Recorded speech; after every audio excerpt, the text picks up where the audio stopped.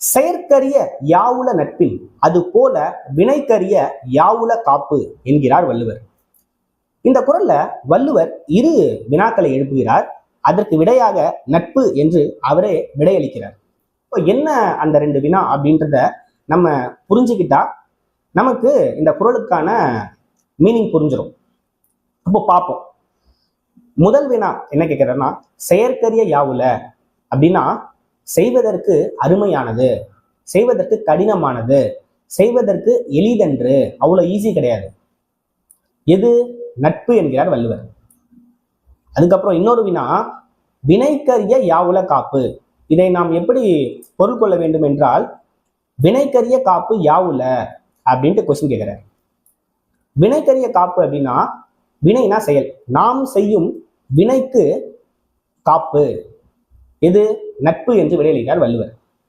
இப்போ இரண்டு வினாக்களுக்கும் ஒரே விடைதான். செய்வதற்கு கடினமானது நட்பு.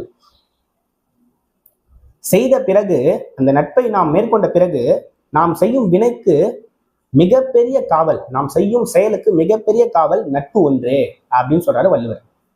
புரிஞ்சிருக்கும்னு நினைக்கிறேன். இந்த வினைக்கரிய காப்பு அப்படின்றத நம்ம இரு பொருள்ல புரிஞ்சுக்கலாம். நாம் செய்யும் வினைக்கு காவல், நாம் ஒரு நற்செயலை செய்யறோம், அதுக்கு நம்ம நண்பர் துணை இருந்து உதவுகிறார் அப்படின்னு புரிஞ்சுக்கலாம். இன்னொரு புறம் பகைவர் செய்யும் வினை, பகைவர் செய்யும் சூழ்ச்சியில் இருந்து காக்கும் காவல், பகைவர் செய்யும் சூழ்ச்சியிலிருந்து நம்ம நண்பர் நம்மளை காப்பாற்றுகிறார் அப்படின்னு நம்ம புரிஞ்சுக்கலாம். பொதுவாகவே நம்ம ஒரு செயலை செய்யறோம்னா அங்க நம்ம நண்பரின் துணையை யாருமே எதிர்பார்க்க மாட்டோம். ஆனா கண்டிப்பா நம்ம பகைவர் சூழ்ச்சியிலிருந்து காக்கும் காவல் நம்ம நண்பராக தான் இருப்பாரு. நண்பர் தான் நமக்கு ஆபத்துல உதவுவார். இப்போ இது நல்லா பொருந்தக்கூடியதா இருக்கு. இப்போ இந்த குறளுக்கான அர்த்தம் புரிஞ்சிருக்கும் நம்புறேன். அதாவது நட்பு செய்வதற்கு கடினமானது, நல்ல நட்பு கிடைப்பது அரிது. ஆனால் அந்த நல்ல நட்பு கிடைத்த பிறகு அதனை விட வினைக்கு காவல் எதுவும் இல்லை அப்படின்ட்டு வள்ளுவர் சொல்றாரு.